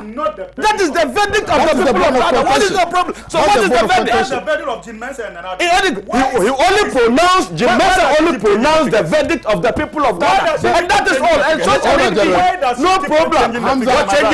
But it doesn't, changing what figures? Over 300,000. Changing what figures? Over 300,000. Changing what figures? Affect the percentage? Oh, man. He just demonstrated to you how 1.4 subsequently. And what is the evidence? That is your quote. That is your good evidence you are bringing to confuse your gullible voters, your gullible members. In a particular constituency, where 3 candidates contested, the Electoral Commissioner ended up declaring results for how many? 5. 5. So hold on, we will get into that. This way, and you don't resolve those on the street. You don't resolve those on the street. To the Electoral Commissioner and through the help of the media. What media? They are now fighting every institution in this country. You are fighting the military, you are fighting the police, you are fighting government, you are fighting Electoral Commission. Now you are fighting the very media. So right now, so where we are? No, you see, I'm saying that Kwame, we can't sit down and allow this country to plunge into chaos. We won't allow that.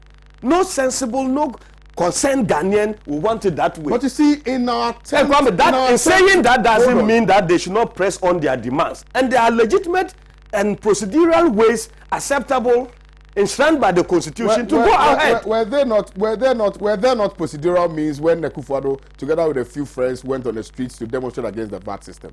Against the VAT? Yes. But there were procedural means. The point is, hold on. Let's put that all discussion in context. Demonstrations are allowed in this country. Absolutely, protests are equally allowed. Nobody is saying that. But you don't go on protest and you are destroying property. You are trying to maim and hurt people. I don't think the NDC has destroyed any property. Oh man. I don't think Grassport. Yes. Your demonstrations. What is your basis of demonstration? What is the basis of their demonstrations? There are demonstrations. What is your basis? In the death of a taxi driver who. What is your basis of demonstration? Okay, hold on. For his family. What is your basis of demonstration? You lost elections and you don't want to accept it. Mujib, let's do this. You lost elections. You don't want to accept it. All what I know is that the National Democratic Congress Kwame, see the point. Kwame. The seats that they won, which are declared by the Electoral Commission, they are happy with it. But now that you've lost the presidential, you are not happy with it. That is the hypocritic aspect of it. Thank you. Mr. Haneke, who declared the 136 for the NDC? Is it not the Electoral Commission? Hold on. Mr. Haneke. Yeah, I think demonstrations are allowed by the Constitution. And so in 2012, when the NPP was declared as the loser, they went on a rampage in the Obra spot and killed him. Understand? I think the NDC is within its rights to also go to the street and protest. These are extra parliamentary manifestations which they are allowed to do. We think that in an election, there's either a winner, a loser, or it is disputed. He only mentioned 2. There's a third one, a disputed one. And the only way to resolve a disputed one is to go into it and try to make sense out of it in the right way. I would call for an audit of the whole vote. Let's go and look at the ballot. Again, let's do a recount. Don't let us only be concerned about pink sheets. Because the ballots are sacrosanct. And they are still there. To have been kept on the seal. True. Of the various political parties and the list. True. Let's go, open the boxes, do a recount, so that we'll be able to get a bet. True. But one thing I would like to caution is that the state, although it is coercive for the ruling class, is supposed to be an arbiter. Absolutely. In the scheme of things, in the nation. So if the state becomes partisan, then the state itself is inviting destruction for itself. Because obviously there will be some people who will be shortchanged and they wouldn't sit down and accept it. That's right. The fact that you have power and control over the coercive instruments of state doesn't mean nothing. Because we have seen elsewhere in other countries people having even nuclear bombs in Eastern Europe. They had nuclear bombs and everything. Color revolutions swept them off. You understand? Right. You have seen disputed elections lead Ivory Coast into civil war. It's still simmering in Guinea. There's an outcome in Mali and elsewhere. We've seen it. So it is not in the interest of we Ghanaians, neither is it in the interest of the duopoly to have a disputed election simmering. It then becomes very easy for any adventurer to bypass the whole system and throw everything away. And I want to tell Suhim that the 1992 Constitution was a product of struggle. It wasn't given to us on the silver platter. Yes. And people like Kwesi Pratt and others, the current president, many people, J. Kufuor and the rest, who are in the NDC, fought for the dispensation which was to be changed. And I believe the compromise was the compromise driven by. Let's go. So we shouldn't Compromise. just claim the whole Ownership of it. Mr. Eneku, let me still stay with you. Hold on, Hamza. Let me still stay with you, Mr. Eneku, because I think it's important to go into the characteristics of this particular process. The conduct of the Electoral Commission as a body, for me, smacks of some level of disrespect for other political parties. And I'll explain why. And maybe I may be wrong. You can correct me if you know. But from the start of the process to the finish, to the end of the process, it appears that the Electoral Commission at no point was ready to listen to voices of dissent, especially from the NDC. And you do recall that even when she was about to declare the result, she still went on a tangent of attacking, some voices of dissent, which voices of dissent were very justifiable at the time because they raised very valid arguments in respect of the fact that the compilation of the new voters register was not needed at that material moment because of the challenges that we were facing, coronavirus, etc., right? But all of those things were, as you indicated, were brushed aside. Now, in that particular declaration that was made, one, that there were some disputed results from some polling stations, which, whether we like it or not, those disputed figures could have affected the outcomes of that declaration.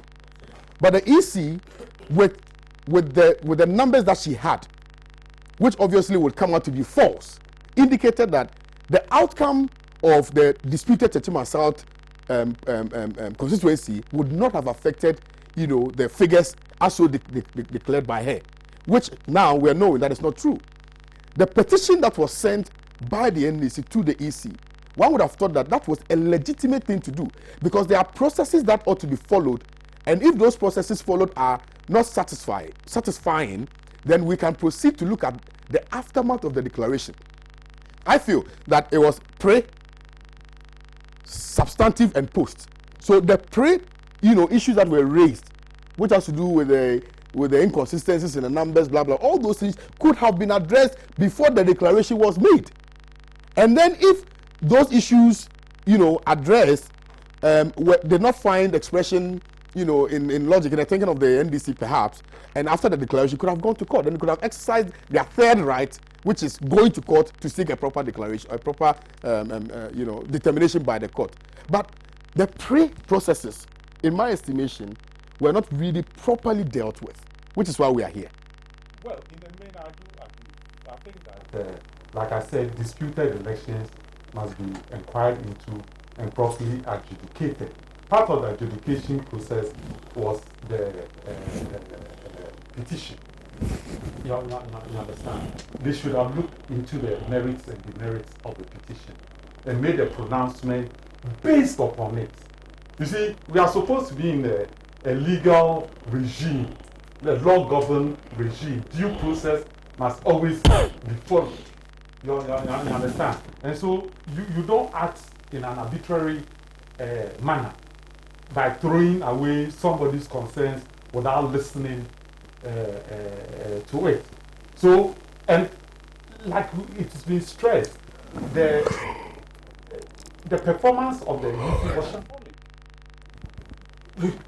When you talk of the evolving figures, the different figures which were given, it was quite pedestrian. How could a state institution with all these resources at its command, even if he couldn't do arithmetic, couldn't go there, have gone to the Department of Mathematics in the University of Ghana to have come to help them? They could have.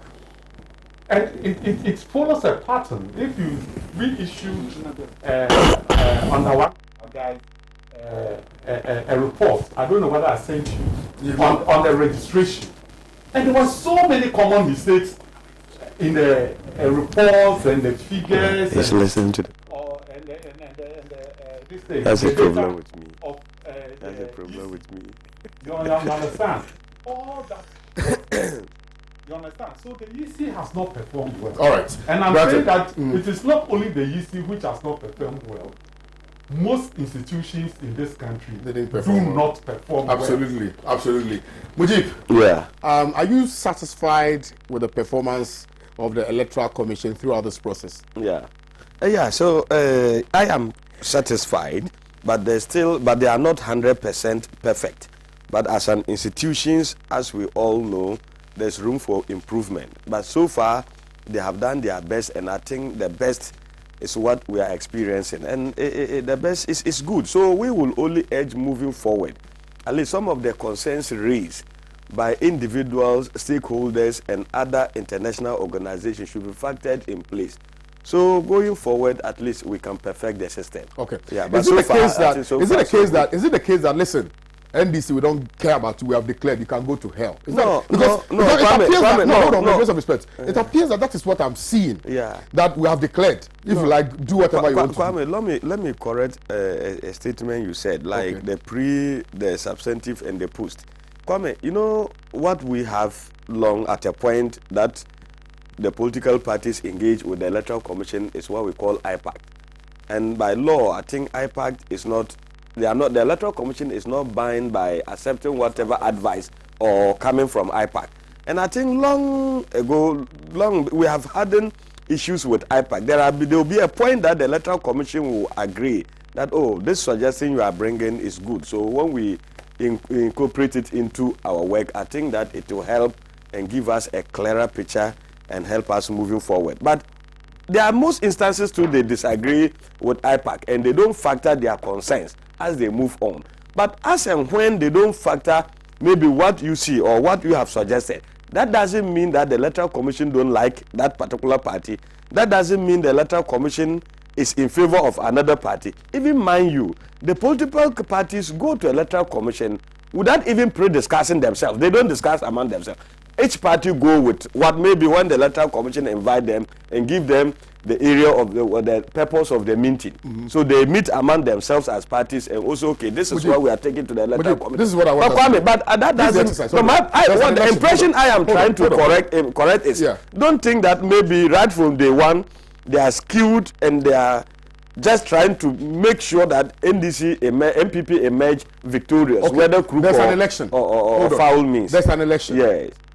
Then a particular player in the process, which is the biggest opposition party, raises a fundamental concern. Yes, sir. The fundamental concern was presented in the form of a petition to the Electoral Commission prior to its declaration. Now, if the Electoral Commission wanted to act in good faith and to make the declaration so sacrosanct that the aftermath of same would not have had doubts, why did the Electoral Commission fail to listen? Because at that particular moment, one can safely assume that the petition that was sent by the National Democratic Congress was in the form of an injunction. Right? So halt the declaration. Let's address these fundamental issues. We are not saying you cannot declare, but listen to our plight. Let's see if there can be a way out in respect of this matter. Then you can go out and make a declaration. Now, it is well within their right, legitimately so, for the NDC to do that. And it is also legitimate for the Electoral Commission to halt the declaration because of the concerns raised by a major player in this process. To listen to their plight before making a declaration. Failure to do that would mean that you are treating us with contempt. That you are treating us with disdain. That you don't respect us. Absolute. And so it stands to reason. Especially with that explanation. Absolutely. Exactly. So they could have accepted the petition. They could have held a press conference, indicating that they acknowledge receipt of the petition sent by the NDC, which petition highlights a few challenges relative to the process. And in order for us to have a fair system, they are going to be responding to that. You could have actually even responded, whether in the negative or in a positive, and then gone ahead to make that is why I say, based on your reasons. Let him land first. Kwame, that is where my worry comes from. But Kwame, you see, at a point, I don't know whether the Electoral Commission itself thought maybe they were 100% excellent, especially when they gave themselves within the next 24 hours after voting, they will declare their results. I have issues with that. I said, no, if you have not collated all the results across the country, you can't go ahead and declare the results. And you can't anticipate that all the polling stations will be peaceful. Or maybe we have some hinterland, maybe results might not come late, which will affect the declaration of the result. Eventually, they could not declare the results in 24 hours. But Ghanaians were still quite waiting for them. After all, everybody was monitoring the media and the reporters and knew what was happening. So I think that the Electoral Commission could have even waited, even if it's 70. Well, Afrojan declare election results maybe 72 hours or more. But you delay, and then you do the right thing. I hope you are getting the argument.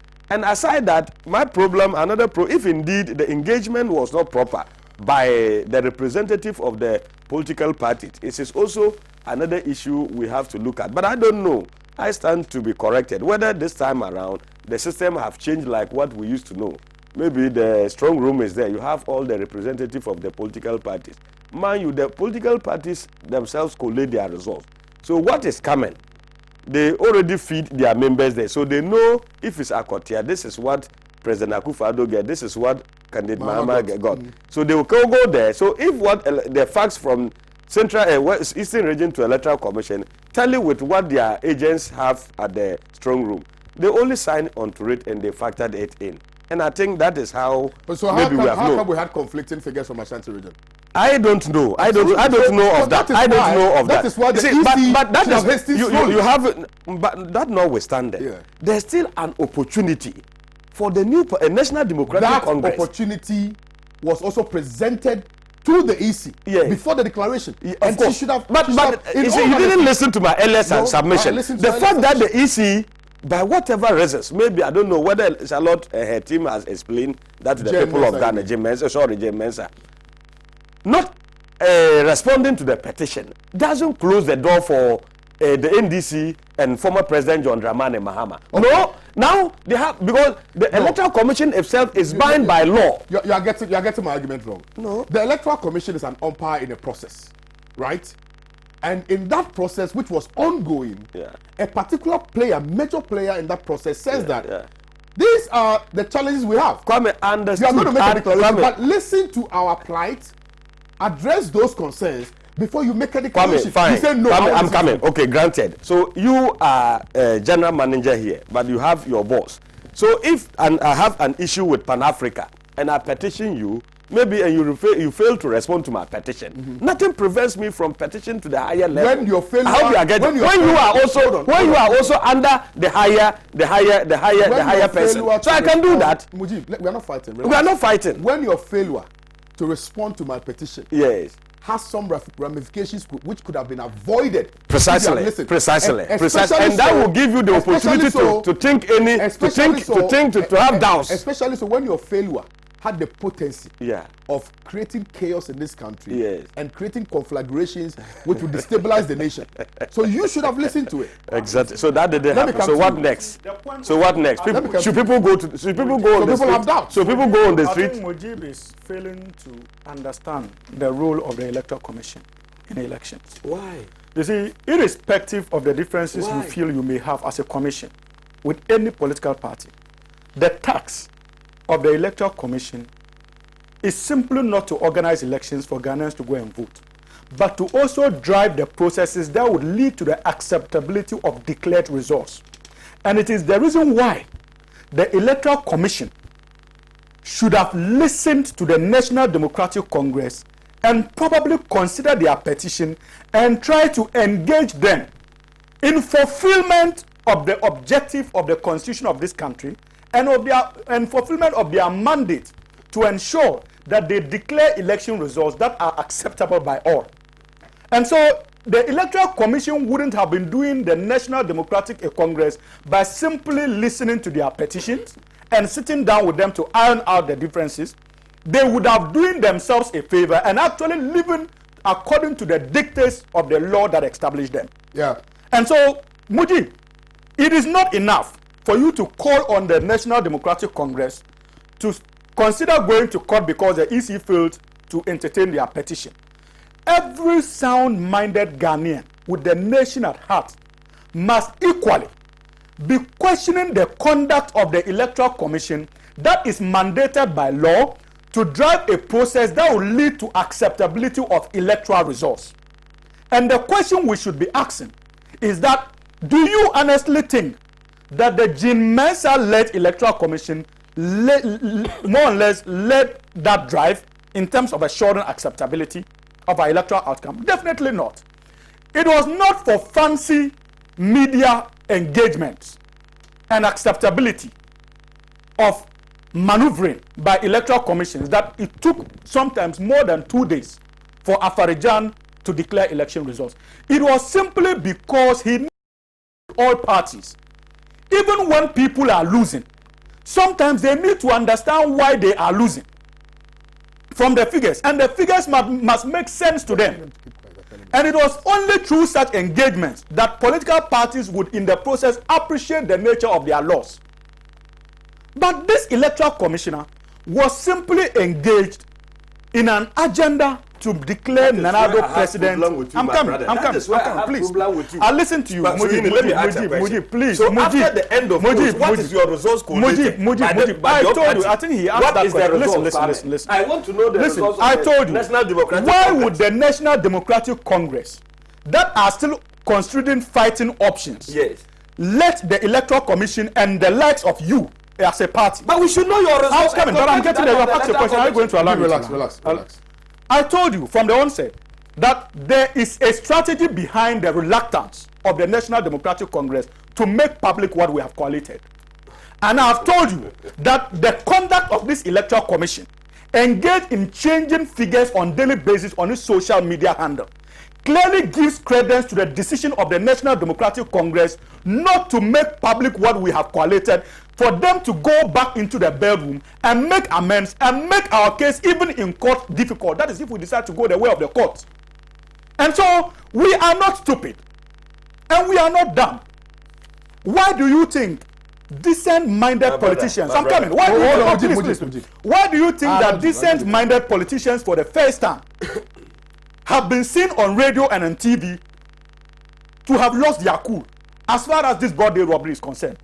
Even amongst your stocks, you guys are full of praise for the decency of the likes of Honorable Owusu Fuseni in terms of the political administration of this country and the way such characters have conducted themselves as far as the peace and stability of this country is concerned. So if you have the likes of Honorable Owusu Fuseni feeling so strong about broad day robbery and suddenly losing that cool and calling on the presidential candidate of the National Democratic Congress to lead a separate government, you should know that there is something wrong. If such utterances were coming from the likes of myself, from the non-firebrands, who probably may lack that appreciation, then you could have just discounted us and said that, oh, these are just effusions of defeated or whatever you would have wanted to label us. But any serious government must be concerned that the likes of Honorable Owusu Fuseni feel so strongly. He has contested elections in this country. Has he ever had cause to doubt the electoral processes, even in cases where the National Democratic Congress has lost? Okay. His Excellency President My time is up. John Dramani Mahama lost elections as sitting president My time is and up. handed over power peacefully. Why do you think today that His Excellency President Mahama is questioning the integrity of the electoral process? Somebody has a question for you, Hamza. I am Akosa from Kumasi. Kindly ask Hamza to provide you a copy of the petition before the declaration. I don't believe there was a petition by the NDC, just as they are not able to provide any tangible evidence for rigging the election, except to write on the floors of the EC and throw case studies into the public domain. They are alleging every institution is now in bed with MPP. Thank you very much for your message this morning. This one says, good morning to you, Bra Kwame. The EC has failed us all, and indeed watching the declaration video again today is just a confirmation of a pre-recorded video. The declaration took place Wednesday 6 p.m. but she greeted afternoon. The background of where she made the declaration is not the Accra International Conference Center. And in addition, there were no journalists present. Melu from Tantra sent in this one. The EC boss, Jen Mensah, has set a record that will forever and ever remain with her. Declares results over 100%. If we don't correct this, then what else can we correct in this country? Prince is sending us this from Tema. Good morning to you, General KOD. I wouldn't have forgiven President John Dramani if he had come to accept this result. We won't go to court, but they should expect something bloody from us. I'm very disappointed in another station guy. He is just irresponsible. Sharp Delo from Wa sent in this one. The messages are simply just pouring in. This is what we are talking about from Kwesi in Seshi Isam. Kwesi, I've seen your message. I'll read it. Your video, the picture, I'll download it. Tanko from Northeast. Tell the NDC man that we don't need was in Ghana, and if you and your leaders of NDC prefer war, then you have not let your wives and children. Oh, you have to let your wives and children lead us in the fight. You think we are foolish for you to hide your wives and children for us to fight? No way. Kwame, EC is in favor of MPP. We have to vote again. Otherwise, there will not be peace in this country. NDC won this election and it's clear. Ransford from Techiman. Kwame, the ultimate will of the people, of the Ghanaian voter, was subverted and transmogrified by the Electoral Commission, NCA, MPP government, MPP militia, and the media. The indecisiveness, inconsistencies, and the incompetence of Jen Mensah is quite disturbing. The ploy behind the removal of Charlotte Osei has come to play. The spirit of democratism is under siege. The fundamentals of our democracy and rule of law is trekking on a perilous path. And if care is not taken, the peace and security we've enjoyed in decades will be halted one day. Felix A.Y., Ghana Technology University College in Tesano, here in Accra. Good morning to you, KOD and Pan-African TV. Good morning to your esteemed panel champion. So they are murdering and maiming innocent, defenseless citizens in the name of a single seat in Techiman. Who is to be held accountable for these barbaric crimes against Ghanaian people? Osofo from Kumasi sent in this one. This one says, good morning, please. My name is Samet Hamza. Please just bring a Quran between you and Mujib so he can speak the truth. Good morning to you, Kwame, and your crew. Please inform Mujib Rahman to read what Imani said to Ghanaians about the EC. Please, Kwame, I need your contact for an expedient information. We will do that. Hi, good morning from Akufo-Addo to... hi, good evening from Akufo-Addo to J. Mensah and all who helped the Akufo-Addo win. God will stand against your lives forever. your life will... Hey, no. No, I didn't see that. I'll just read it. This is Nana Kweku from Teshi. Nana Kweku is simply not smiling this morning. This one says, EC must be very careful not to destabilize this country. It's obvious that JM won the elections with majority in parliament. May the Almighty Allah save Mother Ghana. Peter Abaje Asante Akem Agogo. Good morning to you. Please let them know that Ghana needs peace. Ghana is not for NDC or MPP. Certainly it's for CPP. Hi to you. Boss, KOD, tell the MPP man that if he thinks all the security men are in support of what is going on, then it's a dream. Okay. Now, this one says, Kwame, with the allegations of procurement malfeasance leveled against the EC by reputable CSOs, that is enough reason to believe that the EC could not be a neutral party as required by law. A change in government could bring them to book. The corruption allegations must be investigated. Let me read a few Facebook messages as well, and then we'll wrap up on the show. Juliana Belinda Lamtobri says, EC need quality education. The free traffic light education is not helping her. Mujib is not talking in the interest of Ghana, but for MPP. If even they are wrong, politicians will always do this. KOD, let the MPP man know that even the declaration was a recorded one, not live, and we, the NDC, will disagree. This election is not about NDC or MPP. It's Ghana we're talking about.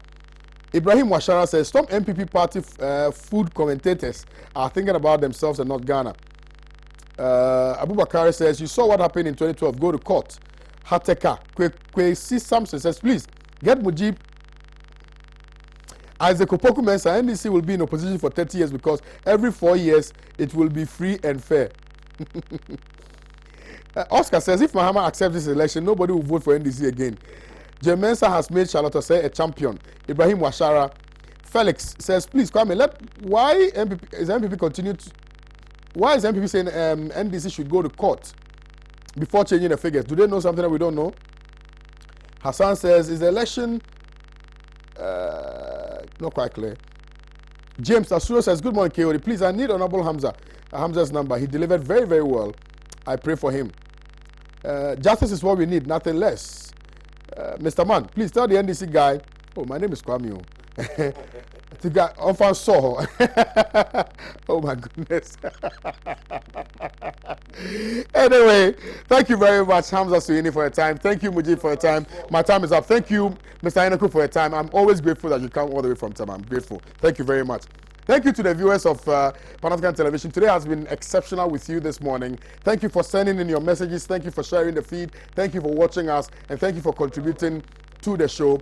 Follow me on Instagram at Kwame Owusu Danso. Follow me on Twitter at Kwame Owusu Danso. Follow me on Facebook at Kwame Owusu Danso. And we'll definitely make sure that we keep ourselves in the business of discussing about things that will elevate the developmental agenda of this nation. My name is Kwame Owusu Danso. It's been an absolute pleasure serving you today. Tomorrow we are back. But today, in between the hours, we will be bringing you some interesting interviews here. At 1, we're going to be having an interview with Honorable A.B. Fuseni, and the program is called The Platform. The Platform. It's open to all, both NDC and MPP. But today, we're starting The Platform at 1 with Honorable A.B. Fuseni. Right after this, David Atto will also be coming your way with what has been happening in respect of the election. So demonstrations across the country, etc. He's going to be bringing them to you right now. So stay tuned in. Don't flip the channel.